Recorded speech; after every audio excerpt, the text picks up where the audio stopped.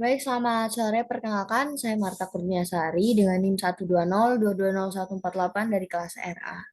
Di sini saya akan menjelaskan materi terkait keunggulan kompetitif dan klaster.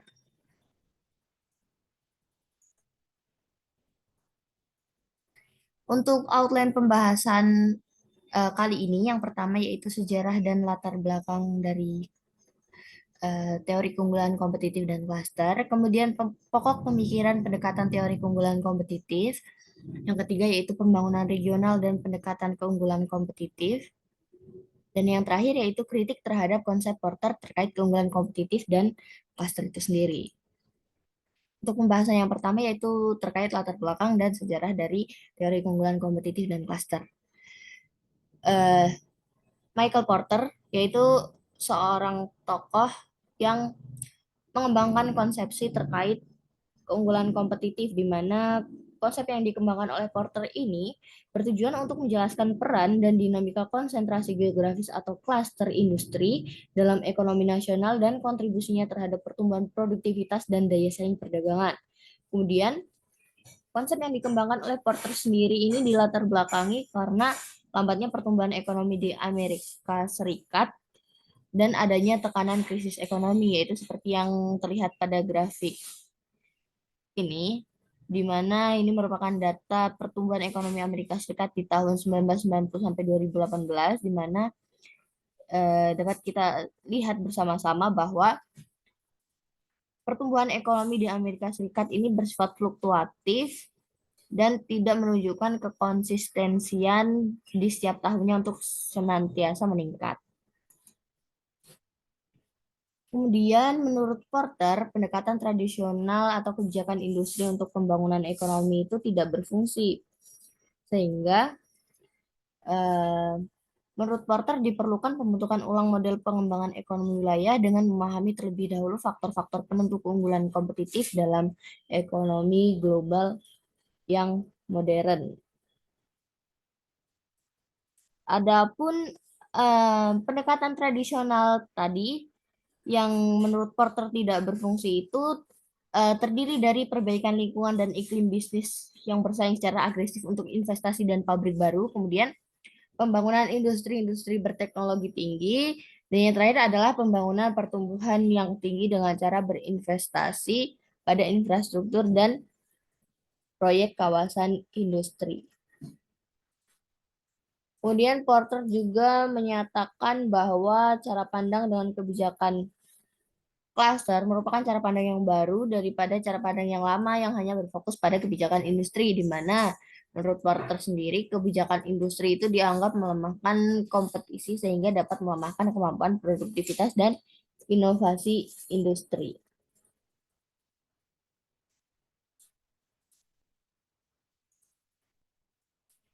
Kemudian pokok pemikiran teori keunggulan kompetitif di mana uh, Porter mengusulkan arah baru dalam pengembangan wilayah, yaitu yang pertama berfokus pada keunggulan kompetitif bukan penciptaan lapangan kerja. Kemudian yang kedua adalah berbasis klaster yang mencerminkan inti dari pendorong terciptanya lapangan kerja dan upah. Yang ketiga yaitu pembangunan kekuatan yang ada saat ini dan yang potensial untuk dikembangkan. Kemudian yang keempat adalah pengembangan strategi pembangunan daripada daftar tindakan. Yang kelima yaitu pembangunan dengan prioritas dan urutan atau sequence. Dan yang keenam yaitu pembangunan berdasarkan data, bukan politik atau pemikiran penuh harap semata.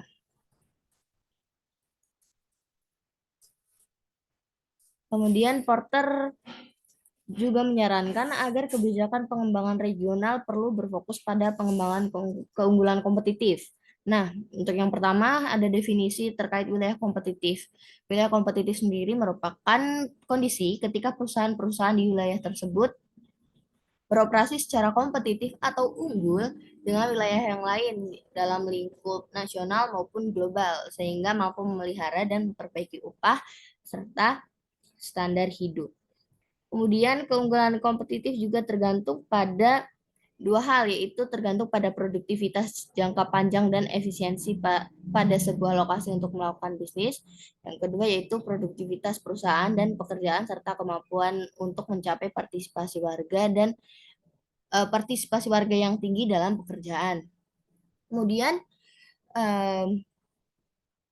unit yang esensial dalam pengembangan keunggulan kompetitif adalah unit sub negara bagian atau sub provinsi, yaitu seperti kabupaten atau kota.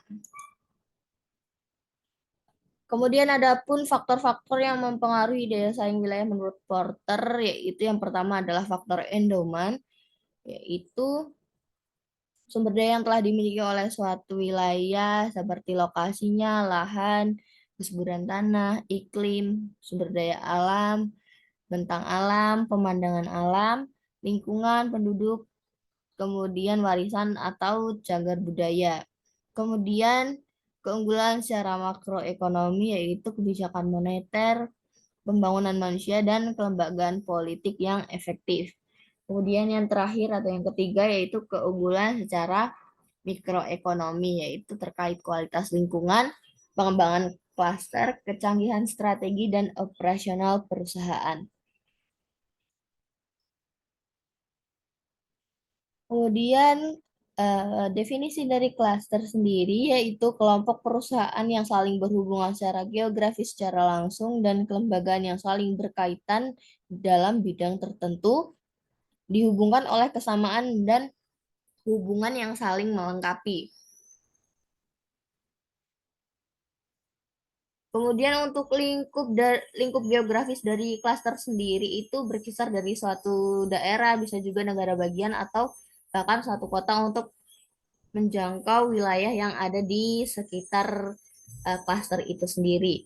Kemudian klaster itu mencakup berbagai industri terkait entitas lain yang penting bagi persaingan, misalnya seperti pemasok input khusus seperti komponen, kemudian permesinan dan layanan serta penyedia infrastruktur khusus. Kemudian di dalam klaster juga terdapat lembaga pemerintahan dan lainnya, misalnya universitas, penyedia pelatihan kejuruan, lembaga pendidikan, informasi, penelitian, dan juga dukungan teknis. Kemudian klaster termasuk juga asosiasi perdagangan dan badan kolektif lainnya yang melibatkan anggota klaster. Kemudian yang terakhir, perusahaan asing yang melakukan investasi permanen juga dapat menjadi dan merupakan bagian dari klaster itu sendiri. Kemudian Porter juga eh, memberikan contoh klaster, yaitu yang pertama ini yaitu klaster keunggulan kompetitif industri hayati di Massachusetts, di mana klaster ini merupakan klaster eh, terkait di bidang kesehatan, di mana terdiri dari produk kesehatan dan kecantikan, menyedia instrumen operasi bedah, peralatan medis, penyediaan peralatan kedokteran gigi, barang-barang optalmik, peralatan diagnosa, dan kontainer. Kemudian ada rumah sakit pendidikan dan spesialis, di mana ini menaungi produk biologi dan produk biofarmanya. Kemudian ada organisasi klaster atau Mas Medik dan Mas Bayo, di mana ini juga dapat menghasilkan produk biofarma. Kemudian spesialis organisasi klaster ini juga dapat berupa spesialis jasa bisnis atau bank atau akuntan, kemudian spesialis perusahaan modal beresiko, kemudian spesialis penyedia jasa riset atau dapat berupa lab dan klinik uji. Kemudian dari organisasi riset dan spesialis penyedia jasa riset itu dihasilkan atau berkaitan dengan lembaga pendidikan tinggi. Sehingga melalui hal-hal yang saling berhubungan satu sama lain maka membentuk suatu klaster. Kemudian untuk contoh yang kedua dari Porter yaitu klaster terkait wine, di mana terdiri dari pemrosesan pergudangan yang berkaitan terkait dengan produksi wine sehingga membentuk suatu klaster seperti pergudangan anggur, pupuk pestisida, herbisida, kemudian peralatan panen anggur, teknologi irigasi itu merupakan satu klaster pertanian yang juga tergabung dalam pertanian atau perkebunan anggur. Kemudian ada juga klaster terkait pemrosesan wine, yaitu terkait peralatan pembuatan wine, botolnya, kemudian caps and corks, kemudian hubungan masyarakat dan periklanan, kemudian spesialis publikasi. Kemudian ada juga klaster pariwisatanya dan klaster industri makanannya, yang di dalam hal itu juga dinaungi oleh lembaga pemerintahan. Kemudian komposisi ekonomi wilayah berdasarkan klaster dapat dibedakan menjadi klaster global dan klaster lokal, di mana klaster global itu melayani pasar nasional dan global, yaitu mudah terpapar kompetisi dengan wilayah dan negara lain. Kemudian klaster lokal yaitu melayani pasar lokal, sedikit terpapar kompetisi dengan wilayah lain di dalam negeri maupun di luar negeri. Kemudian klaster mempengaruhi persaingan dalam 3 cara, yaitu yang pertama, meningkatkan produktivitas saat ini dari perusahaan atau industri konstituen. Kemudian yang kedua yaitu meningkatkan kapasitas peserta klaster untuk inovasi dan pertumbuhan produktivitas. Dan yang ketiga adalah merangsang pembentukan bisnis baru yang mendukung inovasi dan memperluas klaster.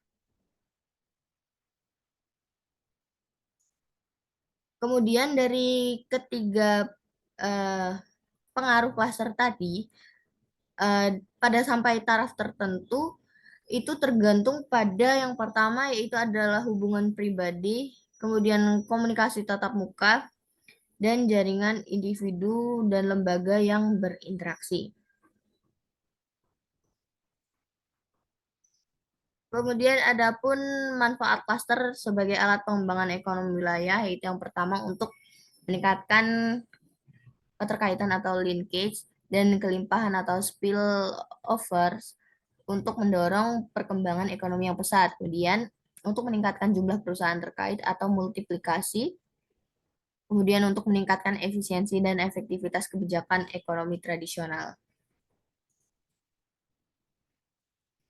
Kemudian dalam teori keunggulan kompetitif dan klaster ini, pembangunan regional merupakan peningkatan keunggulan kompetitif perusahaan, klaster, dan ekonomi nasional dalam pasar internasional. Kemudian Porter mengusulkan strategi ekonomi itu bukanlah pelajaran dari best practice, tetapi dari pemahaman atas kondisi dan ekonomi yang dimiliki oleh suatu wilayah. Nah, menurut Porter sendiri,